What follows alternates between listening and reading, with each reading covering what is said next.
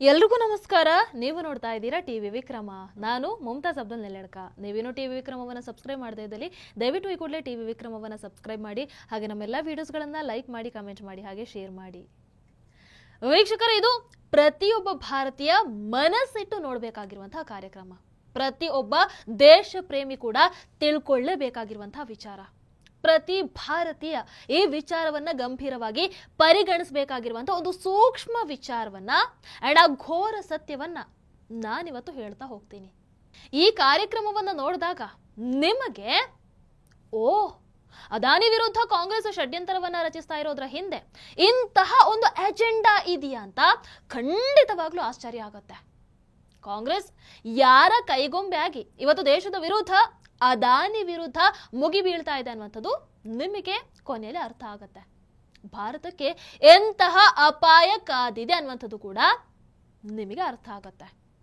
So high time ನಾವು ಎಚ್ಚೆತ್ಕೊಳ್ಳೋದಕ್ಕೆ. ವಿಚಾರವನ್ನ detail ಆಗಿ ಅಂಡ್ ಅಷ್ಟೇ ಸಿಂಪಲ್ ಆಗಿ ನಾನು ಹೇಳ್ತಾ ಹೋಗ್ತೀನಿ.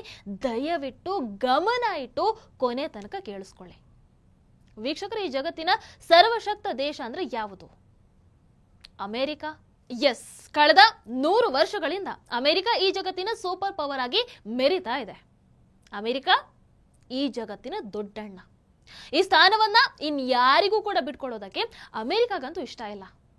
ತಾನು ನಂಬರ್ 1 ಆಗಿ ಮೆರೆಯೋದಕ್ಕೆ ಅದು ಯಾರನ್ನ ಬೇಕಾದ್ರೂ ಸರ್ವನಾಶ ಮಾಡತ್ತೆ. ಏನ್ ಗೇಮ್ ಬೇಕಾದ್ರೂ ಆಡುತ್ತೆ. ಜಪಾನ್ ಫಾಸ್ಟ್ ಆಗಿ ಬೆಳೆದು ಸೂಪರ್ ಪವರ್ ಆಗುವಂತಹ ಸೂಚನೆ ಸಿಗ್ತಾ ಇದ್ದ ಹಾಗೇನೆ ಜಪಾನ್ ಮೇಲೆ ದಾಳಿ ಮಾಡುತ್ತೆ. ಸೋವಿಯತ್ ಯೂನಿಯನ್ ಸರ್ವಶಕ್ತ ಅನಿಸ್ಕೊಂಡು ಬಿಡುತ್ತೆ ಅಂತ ಗೊತ್ತಾಗ್ತಾ ಇದ್ದ ಹಾಗೇನೆ ಅದನ್ನ 17 ಚೂರ್ ಮಾಡಿ ವೀಕ್ ಮಾಡಿ ಬಿಡುತ್ತೆ ಅಮೆರಿಕ. ಕೊಲ್ಲಿ ದೇಶ ಇರಾಕ್ ಬಲಗೊಂಡಿದೆ ಅಂತ ಗೊತ್ತಾದ ಕೂಡಲೇ ಷಡ್ಯಂತರವನ್ನ ರೂಪಿಸಿ ಇರಾಕ್ ಮೇಲೆ ಯುದ್ಧವನ್ನ ಮಾಡಿ ಅದನ್ನ ಮುಗಿಸಿಬಿಡತ್ತೆ. ಇರಾನ್ ಕೂಡ ಗಪ್ಚುಪ್ ಅಂತ ಇರೋ ತರ ನೋಡ್ಕೊಳ್ಳುತ್ತೆ. ಅತ್ಯಂತ ವೇಗವಾಗಿ ಬೆಳೀತಾ ಇದ್ದಂತಹ ಇನ್ನೊಂದು ದೇಶ ಯಾವ್ದು ಹೇಳಿ? Yes, of course China. China ಮೇಲೆ ಅಮೆರಿಕಾಗೆ ಒಂದು ಕಣ್ಣು ಇದ್ದೇ ಇದೆ. ಆದರೆ ಕಳೆದ 10 ವರ್ಷಗಳಲ್ಲಿ ಅತ್ಯಂತ ಅದ್ಭುತವಾಗಿ ಅಭಿವೃದ್ಧಿಯನ್ನ ಕಾಣ್ತಾ ಇರುವಂತಹ ಒಂದು ದೇಶ ಅಂತ ಹೇಳಿದ್ರೆ ಅದು ನಮ್ಮ ಭಾರತ. ಆರ್ಥಿಕವಾಗಿ ಅಂಡ್ ತಂತ್ರಜ್ಞಾನದಲ್ಲಿ, ಆವಿಷ್ಕಾರದಲ್ಲಿ, ಭದ್ರತಾ ದೃಷ್ಟಿಯಿಂದ ಸೊ ಎಲ್ಲಾ ರೀತಿಯಲ್ಲಿ ಭಾರತ ಸೂಪರ್ ಪವರ್ ಅಥವಾ ವಿಶ್ವಗುರು ಆಗುವಂತಹ ಲೆವೆಲ್ಗೆ ಬೆಳೀತಾ ಇದೆ. ಇದು ನೋಡಿ ಈಗ ಅಮೆರಿಕದ ಕೆಂಗಣ್ಣಿಗೆ ಗುರಿಯಾಗಿರುವಂಥದ್ದು.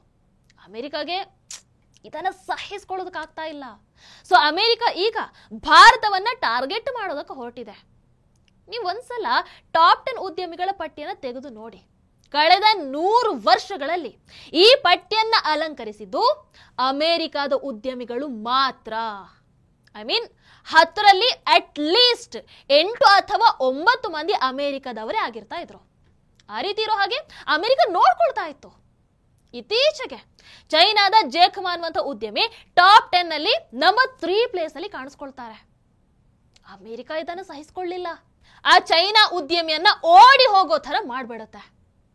ಬಹುಶಃ ಈಗ ನಾನು ಏನು ಹೇಳೋದಕ್ಕೆ ಹೊರಟಿದ್ದೀನಿ ಅಂತ ನಿಮಗೆ ಅರ್ಥ ಆಗಿರಬಹುದು ಅಂತ ಅಂದ್ಕೊಳ್ತೀನಿ.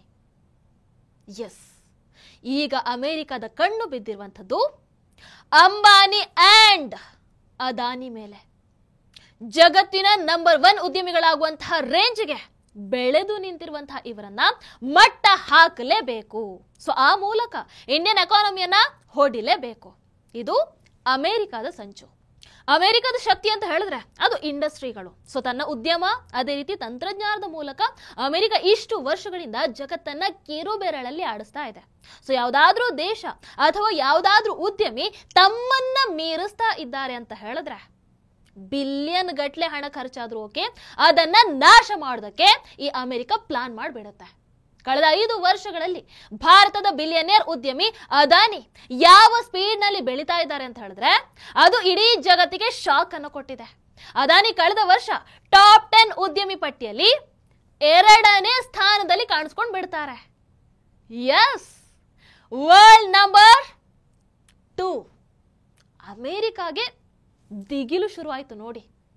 ಹೀಗೆ ಬಿಟ್ರೆ ಇವರು ವರ್ಲ್ಡ್ ನಂಬರ್ 1 ಆಗೇ ಬಿಡ್ತಾರೆ. ಅದಾನಿ ವಿಶ್ವದ ನಂಬರ್ 1 ಉದ್ಯಮಿ ಅಂತ ಅನಿಸ್ಕೊಳ್ಳೋದು ಒಂದೇ, ಭಾರತ ಜಗತ್ತಿನ ನಂಬರ್ 1 ದೇಶ ಅಂತ ಅನ್ನಿಸ್ಕೊಳ್ಳೋದು ಒಂದೇ. ನಾವು ನಂಬರ್ 2 ಪೊಸಿಷನ್ಗೆ ಬಿದ್ದು ಹೋಗ್ತೇವೆ. ನೋ, ಇದಕ್ಕೆ ಅವಕಾಶವನ್ನ ಮಾಡಿಕೊಡ್ಲೇಬಾರದು ಅಂತ ಅಮೆರಿಕ ಡಿಸೈಡ್ ಮಾಡ್ಬಿಡತ್ತೆ. ವೀಕ್ಷಕರೇ, ಭಾರತಕ್ಕೆ ನ್ಯಾಚುರಲ್ ರಿಸೋರ್ಸ್ಗಳಲ್ಲಿರುವಂತಹ ಏಕೈಕ ಕೊರತೆ ಅಂತ ಹೇಳಿದ್ರೆ ಅದು ಪೆಟ್ರೋಲಿಯಂ ಪ್ರಾಡಕ್ಟ್ಸ್. ಅದೊಂದು ಇದ್ದಿದ್ರೆ ಭಾರತವನ್ನ ಹಿಡಿಯೋದಕ್ಕೆ ಬಹುಶಃ ಯಾರಿಂದ ಕೂಡ ಸಾಧ್ಯ ಆಗ್ತಾ ಇರಲಿಲ್ಲ. ಅದಾನಿ ಭಾರತವನ್ನ ಈ ವಿಚಾರದಲ್ಲಿ ಇಂಡಿಪೆಂಡೆಂಟ್ ಮಾಡಲೇಬೇಕು ಅಂತ ಹಗಲು ರಾತ್ರಿ ತಲೆ ಕೆಡಿಸ್ಕೊಂಡು ದುಡಿತಾ ಇದ್ದಾರೆ. ಗ್ರೀನ್ ಹೈಡ್ರೋಜನ್ ಪ್ರಾಜೆಕ್ಟ್ ಮಾಡ್ತಾ ಇರುವಂತದ್ದು ಕೂಡ ಇದೇ ಗುರಿಯನ್ನ ಇಟ್ಕೊಂಡು. Bharat electric vehicles, solar power, so ಇವೆಲ್ಲದರ ಮೇಲೆ ಡಿಪೆಂಡ್ ಆಗಿ ತೈಲದ ಮೇಲಿನ ಡಿಪೆಂಡೆನ್ಸ್ ಏನಿದೆ ಅದು 0 ಆಗಿ ಬಿಟ್ರೆ ಅನುಮಾನನೇ ಬೇಡ, ನಾವು ನಂಬರ್ 1 ಸೂಪರ್ ಪವರ್ ಆಗ್ಬಿಡ್ತೀವಿ. ಇದು ನೋಡಿ, ಅಮೆರಿಕಾಗೆ ಸಹಿಸ್ಕೊಳ್ಳೋದಕ್ಕೆ ಆಗ್ತಿಲ್ಲ. ಅಮೆರಿಕ ಕೈಯಲ್ಲಿ ಇದನ್ನ ಹೇಗೆ ತಾನೇ ಒಪ್ಕೊಳ್ಳೋದಕ್ಕೆ ಸಾಧ್ಯ? ಸೊ ಈಗ ಭಾರತವನ್ನ ಟಾರ್ಗೆಟ್ ಮಾಡಬೇಕು. ಭಾರತವನ್ನ ಟಾರ್ಗೆಟ್ ಮಾಡೋದು ಹೇಗೆ? ಅದಾನಿಯನ್ನ ಮೊದಲು ನಾಶ ಮಾಡಬೇಕು. ಹಿಂಡನ್ಬರ್ಗ್ ವರದಿ ಮೂಲಕ ಅದಾನಿಯನ್ನ ಹೇಗೆ ಟಾರ್ಗೆಟ್ ಮಾಡಲಾಯಿತು ಅಂತ ಗೊತ್ತಲ್ವಾ ನಿಮಗೆ? ಎಸ್, ಹಿಂಡನ್ಬರ್ಗ್ ರಿಪೋರ್ಟ್ನ ಅಸಲಿ ರೀಸನ್ನೇ ಇದು. Indian stock market, Adani business and Indian economy, ಇದಿಷ್ಟನ್ನ ಹೊಡೆದು ಹಾಕೋದು ಅಮೆರಿಕಾದ ಮೊದಲ ಗುರಿ ಆಗಿತ್ತು. ಟಾಪ್ 10 ಲಿಸ್ಟ್ ಇಂದ ಅದಾನಿಯನ್ನ ಅವರಿಗೆ ಹೊರ ಹಾಕಬೇಕಾಗಿತ್ತು. ಅಮೆರಿಕ ತನ್ನ ಆಟವನ್ನ ಶುರು ಮಾಡಿಬಿಡ್ತು ನೋಡಿ. ಭಾರತದಲ್ಲಿ ಮೇಕ್ ಇನ್ ಇಂಡಿಯಾ ಸಕ್ಸಸ್ ಆಗ್ತಾ ಇದೆ. ಆತ್ಮನಿರ್ಭರ್ ಭಾರತ್ ಯಶಸ್ಸನ್ನ ಕಾಣ್ತಾ ಇದೆ. ಜಗತ್ತಿನ ಜನಸಂಖ್ಯೆ 20% ಭಾರತದ್ದೇ ಇದೆ.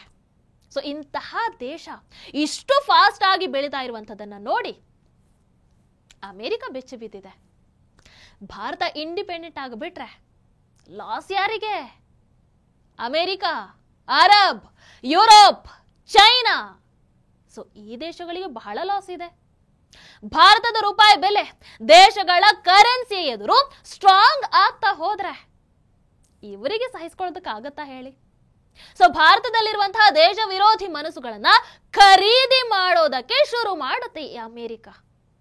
ಪಪ್ಪುಗಳಿಗೆ ಇಲ್ಲಿ ಕೊರತೆ ಏನಿಲ್ವಲ್ಲ.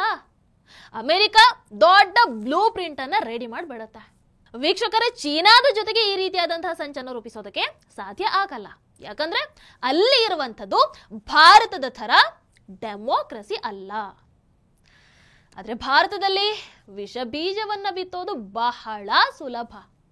And more over social media, ಅದೇ ರೀತಿ ಡಿಜಿಟಲ್ ಪ್ಲಾಟ್ಫಾರ್ಮ್ಗಳ ಮೇನ್ ಸ್ವಿಚ್ ಇರುವಂಥದ್ದು ಅಮೆರಿಕಾದ ಕೈಯಲ್ಲಿ. ಫೇಸ್ಬುಕ್, ಯೂಟ್ಯೂಬ್, ಗೂಗಲ್, ಟ್ವಿಟರ್ ಎಲ್ಲ ಅಮೆರಿಕದ್ದೇ. ಅದನ್ನ ಅವರು ತಮ್ಮ ಲಾಭಕ್ಕೆ ಬೇಕಾಗೋ ಹಾಗೆ ಅಫ್ಕೋರ್ಸ್ ಮಾಡ್ಕೊಳ್ಬಹುದು. ಸೊ ಈಗ ಅಮೆರಿಕ ನಮ್ಮ ಭಾರತದಲ್ಲಿ ಇರುವಂತಹ ಹಿತಶತ್ರುಗಳನ್ನ ಬಳಸ್ಕೊಂಡು ಅದಾನಿಯನ್ನ ಟಾರ್ಗೆಟ್ ಮಾಡೋ ಮೂಲಕ ಇಂಡಿಯಾದ ಎಕಾನಮಿಯನ್ನ ಹೊಡೆದು ಹಾಕುವಂತಹ ಸರ್ವ ಪ್ರಯತ್ನಗಳನ್ನು ಕೂಡ ಮಾಡ್ತಾ ಇದೆ. ಇದಕ್ಕೋಸ್ಕರ ಕೋಟಿ ಕೋಟಿ ಖರ್ಚು ಮಾಡೋದಕ್ಕೆ ಕೂಡ ಅಮೆರಿಕ ರೆಡಿ ಇದೆ.